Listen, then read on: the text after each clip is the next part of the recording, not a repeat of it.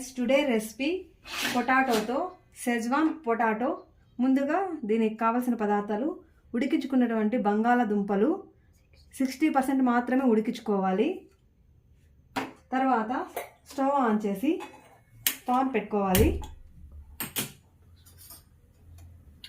4 table spoons oil వేసుకున్నాను fry చేసుకునేకి.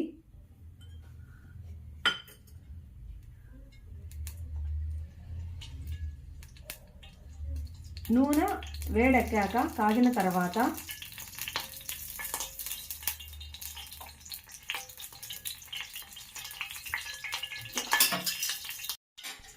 Oil కాగిన తర్వాత ఇందులోకి పొటాటో ముక్కలని ఇలా వేసుకోవాలి.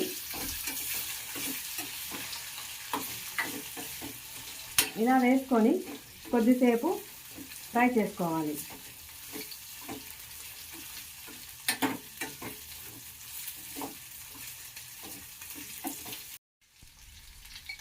పొటాటో కొద్దిసేపు ఫ్రై అయిన తర్వాత 2 స్పూన్స్ సెజ్వాన్ సాస్ ఇందులోకి వేసుకోవాలి.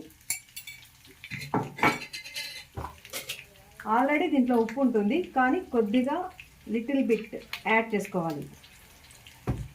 ఇలా యాడ్ చేసుకొని ఇలా ఎక్కువ కదపకన్నా ఇలా స్లోగా కలుపుకోవాలి.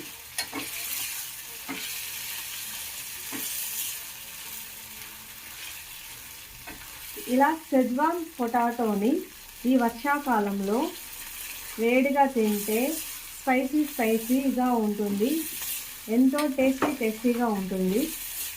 పొటాటో తినకుండా ఉండే పిల్లలు కూడా పొటాటోని ఎంతో ఇష్టంగా తింటారు. ఇప్పుడు కొత్తిమీర చల్లుకోవాలి.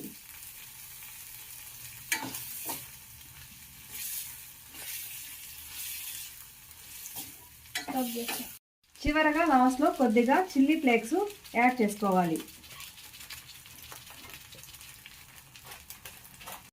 చిల్లీ ఫ్లేక్స్ వేసిన తర్వాత ఒక 10 సెకండ్స్ అలానే ఉంచి స్టవ్ ఆఫ్ చేసుకోవాలి.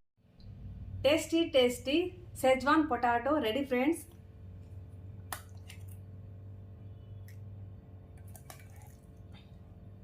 ఇలా సర్వ్ చేసుకున్నామనుకో, సర్వ్ చేసుకొని ఈవినింగ్ పూట వర్షం పడుతున్నప్పుడు చిన్నపిల్లలు తినడానికి ఎంతో టేస్టీగా ఉంటుంది. మీరు కూడా ట్రై చేయండి ఫ్రెండ్స్.